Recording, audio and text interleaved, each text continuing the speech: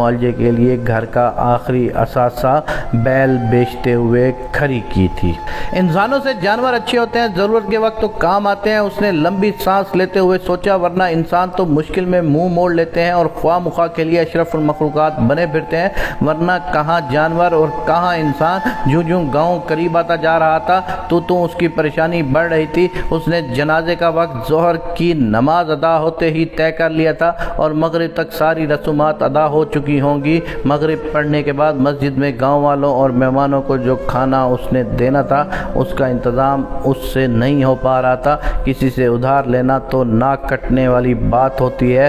چلو بھر پانی میں ڈوب مرنے کا مقام تھا، شرم کی بات تھی۔ زندگی بھر گاؤں والے تانے دیتے کہ بیٹے کو ادھارے کا کفن پہنایا تھا، مسکینوں کی طرح زمین میں گاڑا تھا، بغیر رسومات ادا کیے جانے کے دفنانا تھوڑی ہوتا ہے، گاڑنا ہی تو ہوتا ہے۔ اس نے شکر ادا کیا، اس نے مردہ بیٹے کو گاؤں لانے کی بجائے جاں بلب بیٹے کو لانے کا فیصلہ کیا، ورنہ گاؤں میں شلوار بھی اترتی اور بیٹے کی بخشش بھی نہ ہوتی۔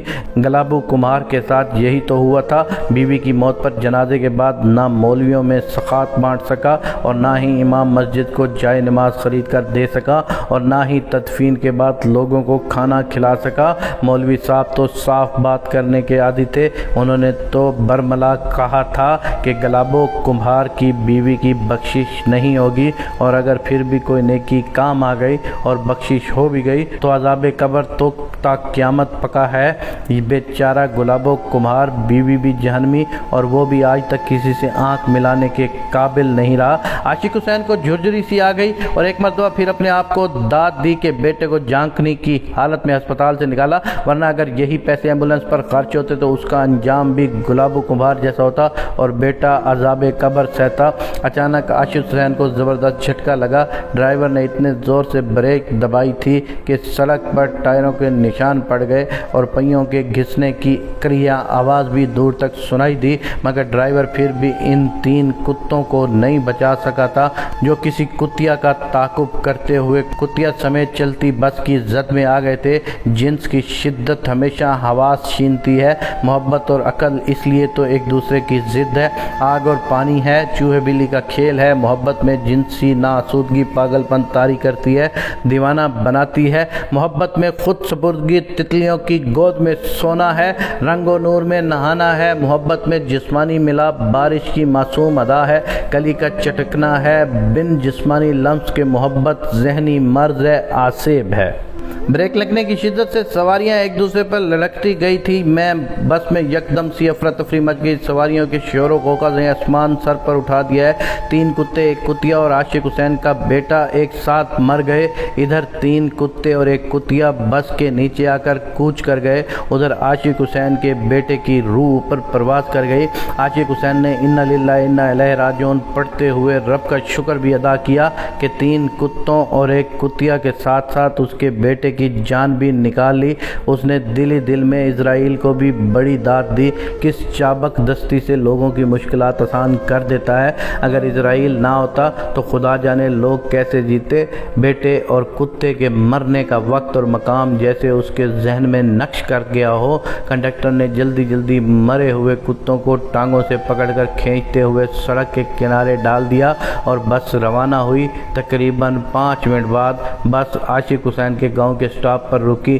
سٹاپ کے قریبی گھر سے چارپائی منگوا کر عاشق حسین نے گاؤں والوں کی مدد سے بیٹے کی لاش چارپائی پر رکھی اور گھر کی راہ لی۔ بس اس گاؤں کے واحد سواریوں کو اتارنے کے بعد دھواں اگلتے ہوئے آؤں آؤں کی آوازیں نکالتے اگلی منزل کی طرف رینگنے لگی۔ عاشق حسین نے گاؤں والوں اور رشتہ داروں کے حوالے تجدید و تکفین کے انتظامات کرتے ہوئے چھوٹے بھائی کو ساری نقد رقم بھی ہاتھ میں تھما دی۔ خواتین کے بین اور گاؤں والوں کی بآواز بلند انتظامات بارے باتوں کے دوران عاشق حسین ایک بڑی بوری میں 1 عدد کلہاڑی، تیز دھار والی چھری اور کام والے میلے اور بوسیدہ کپڑے رکھ کر خاموشی کے ساتھ نکل گیا۔ تھوڑی دیر بعد وہ جائے حادثہ پر موجود تھا۔ سڑک پر ویرانی چھائی ہوئی تھی۔ وہ جلدی جلدی 4 مرے ہوئے کتوں کو ٹانگوں سے کھینچتے ہوئے سڑک کنارے گہنے کے کھیتوں میں اندر لے گیا۔ بجلی کسی سرعت کے ساتھ اس نے 4 کتوں کو کاٹ کر بوری میں ڈالا اور کپڑوں کے اوپر پہنے ہوئے میلے اور خون آلود ملبوس کو اتار کر ماچس کی تیلی سلگا دی۔ گھر داخل ہو کر اس نے بڑی بیٹی کو گوشت حوالے کر کے میت کا کھانا تیار کرنے کے بارے میں اچھی طرح سمجھایا اور باہر نکل کر فاتحہ کے لیے آنے والوں میں گھل مل گیا۔ تدفین بھی شان سے ہوئی، 4 پیٹی صابن بانٹا گیا اور آئے ہوئے تمام مولویوں میں جائے نماز، سفید ٹوپیاں اور تسبیح بھی تقسیم کی گئی۔ مغرب کے بعد سارے گاؤں کو مسجد میں ہی چھوٹا گوشت کھلایا گیا۔ گرم گرم تندور کی روٹیوں کے ساتھ سب نے پیٹ بھر کر کھایا، خوب واہ واہ ہوئی، سب نے لذت کی تعریف کی۔ عاشق حسین مطمئن تھا کہ انشاءاللہ میت کا ایسا کھانا گاؤں میں کسی کے باپ نے بھی اب تک نہیں دیا ہوگا اور نہ ہی آئندہ 100 سالوں میں کھلایا جا سکے گا۔ عاشق حسین نے ایک بھرا ہوا خوانچہ مولویوں صاحب کے گھر بھی بھجوایا، خوب دعائیں ہوئیں اور مرحوم کو شہید کا درجہ بھی عطا ہوا۔ اگلی صبح فجر پڑھ کر بھری مسجد میں مولوی صاحب نے عاشق حسین کو مخاطب کیا، بھائی عاشق حسین، رات کو تو بڑی عجیب بات ہوئی، میں نے اور مولانی جی نے اکٹھے ایک ہی خواب دیکھے کہ تیرا برخوردار جنت کے باغوں میں چہل قدمی کر رہا ہے، خوش و خرم ہے۔ میں نے تو بس صرف یہی دیکھا، مگر مولانی جی کہہ رہی تھی کہ اسے شہید نے کہا کہ ابا کی حویلی بھی وہ جنت میں دیکھ چکا ہے جس کی سفید موتیوں کی چمک دمک آنکھوں کو خیرہ کرتی ہے۔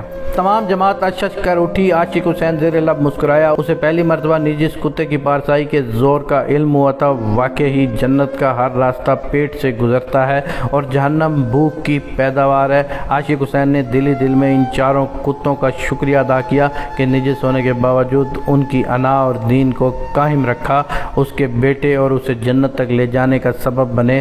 پہلی مرتبہ اس کے دل سے کتوں کے لیے دعا نکلی۔ اگر ان کتوں نے آج اس کی پردہ پوشی نہ کی ہوتی تو انسان تو اسے برہنہ کر چکے تھے۔